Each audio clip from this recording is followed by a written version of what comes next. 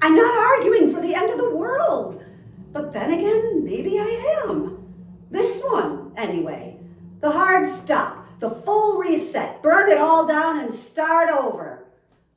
I imagine you're not sure about this. You might think I'm jumping the gun. Fair enough. Full disclosure. I've had a rough go of things. Wherever I go, someone is like, oh, there's the Witch of Edmonton. And they're like, you made my cow sick. They're like, you made my thatch burn. And then the whispering. Say I'm in line at the well with everybody else. If I turn around, the whispering stops. Dead silence. I'm like a disease that only I seem to have caught. I'm like a plague of locusts that's just one locust. I look in the mirror in the morning and I'm like, hi, locust. It gets inside me, if we're being honest. We're all porous creatures.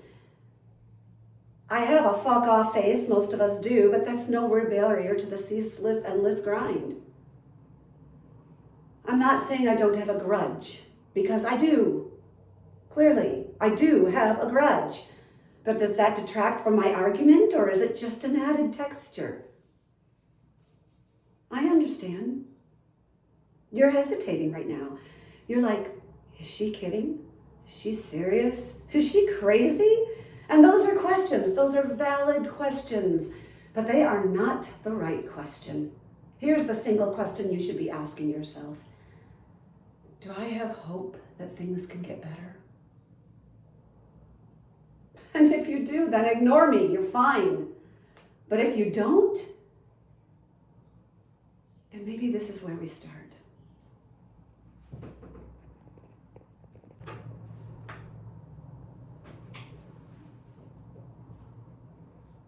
Is that everything?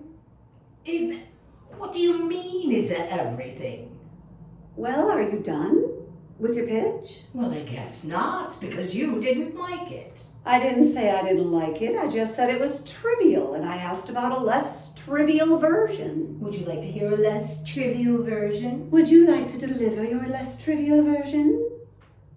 I wouldn't mind the opportunity. Okay. You're on. Okay. Okay, picture this. A sea of blood.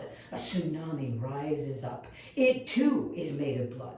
The tsunami of blood crashes down on your village. Those who scorned you, taken your place in line at the well, imagine their faces right before the blood wave devours them. They're crying out for help, and then they're gone. You were a victim. You were helpless in the face of cruelty. Now you are revenged.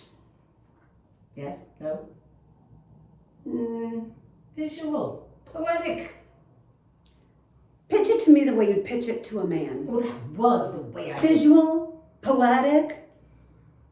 Nope. You'd appeal to a different sense of self, wouldn't you, than visual poetic. I'm standing here. I'm Sir Arthur. I run this town. I have the biggest balls you've ever seen. Pitch it to me now. Okay. Sir Arthur, nice to meet you. I've heard a lot about you. Get to the point. The point, Sir Arthur, is I have something that you have always wanted, and that is the power to destroy.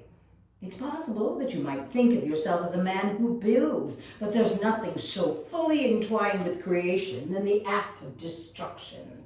If I might reference some who have gone before you, Genghis Khan, a maker of culture, a destroyer of armies, Alexander the Great, a maker of nations and destroyer thereof, Odysseus, a maker of journeys and of war. You, Sir Arthur, were made for greater things than you have yet achieved. Man cannot be given greatness. He has it or he doesn't. But he can be given power with which to exercise his greatness. And power, sir, is the thing that I bring to the table. Alexander, Genghis Khan, Odysseus, they didn't shy away from grand adventure. Here's yours, come knocking at your door. Are you ready to say yes to history? Yes. That is different. Forgive me. Even the greatest salesman sometimes miscalculates his audience. Is that what happened, do you think? You miscalculated me? I think everybody miscalculates you, and I think they do it all the time. But I won't make that mistake again.